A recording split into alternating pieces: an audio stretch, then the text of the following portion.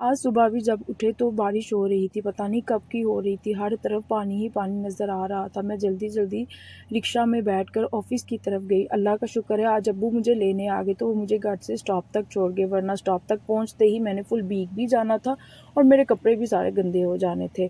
میں جلدی سے رکشہ میں بیٹھ گئی۔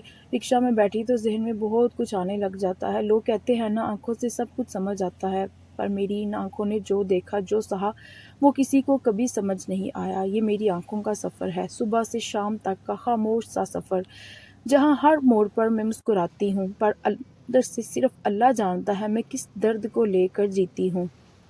ان آنکھوں نے اس انسان کو بھی دیکھا جو زندگی کا سب سے حسین حصہ تھا، پھر دیکھا اس کا جنازہ بھی، اور پھر یہ آنکھیں راتوں بھر جاگتی بھی رہی، پر کسی سے کچھ نہیں کہہ سکی، صرف اللہ سے کہتی رہی، یا اللہ اب تو ہی بس میرے ساتھ رہنا۔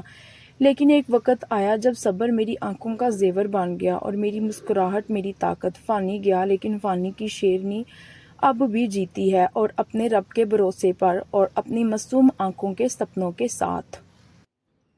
لوگ کہتے ہیں نا کہ سب کچھ چینج ہو جاتا ہے، لیکن وقت باقی ایک جیسا نہیں رہتا۔ اگر تم میری آنکھوں سے زندگی دیکھتے تو تم سمجھ جاتے کہ ہر کمزور لگتی عورت کے اندر ایک شیرنی ہوتی ہے جو روتی ہے، لڑتی ہے اور ہر دن اللہ کے بھروسے پر چلتی ہے۔ جلدی جلدی آفس کی طرف بڑھی، اٹینڈنس لگائی اور اس کے بعد وضو کر کے اپنا سپارہ پڑھنے لگ گئی۔ میرا یہ ڈیلی کی روٹین ہے کہ میں آ کر آدھا سپارہ ضرور پڑھتی ہوں۔ اس کے بعد آج ہماری زوم پہ سازگار والوں کے ساتھ میٹنگ تھی۔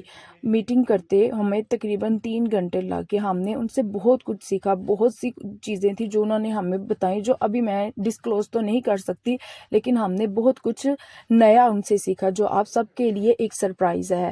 انشاءاللہ یہ سرپرائز ہم بہت جلد ریویل کریں گے، اور آپ سب لوگ اس سرپرائز کو دیکھ کر بہت زیادہ خوش ہو جائیں گے کہ ہیول سازگار والے ایک نئی چیز آپ کے لیے لے کے آ رہے ہیں۔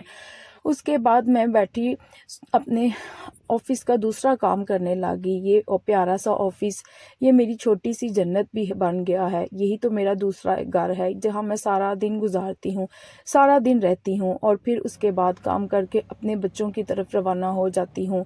یہی دل میں ہوتا ہے کہ جلدی سے بچوں کے پاس پہنچوں، یا اللہ میرے بچے خیر سے ہوں۔ سارا دن گزر گیا ہے، اللہ تعالیٰ ان کو اپنی زندگیوں میں بہت زیادہ کامیابی عطا کرے۔ میں سارا دن ان کے ساتھ نہیں رہتی، یہ بس 3-4 گھنٹے ہی میں ان کے ساتھ گزار پاتی ہوں، لیکن کیا کروں، مجبوری ہے، انہی کے لیے سب کچھ کر رہی ہوں تاکہ ان کو ایک بہت اچھے مقام پہ پہنچا دوں۔ اگر آپ کو یہ میری ویڈیو پسند آئے تو پلیز اسے لائک کریں، سبسکرائب کریں اور شیئر کریں۔ اللہ حافظ۔